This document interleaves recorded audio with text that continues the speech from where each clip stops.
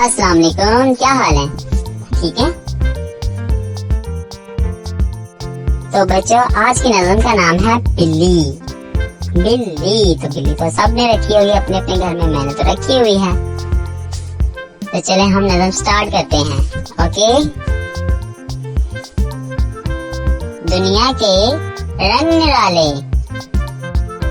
बिल्ली ने चूहे पाले।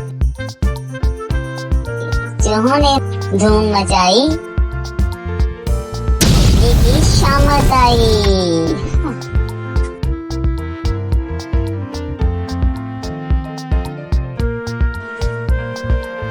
दुनिया के रंग निराले, बिल्ली ने चूहे पाले।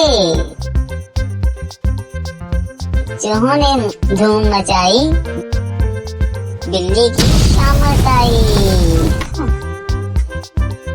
कैसी थी नज़म बच्चों, बताना मुझे। ओके।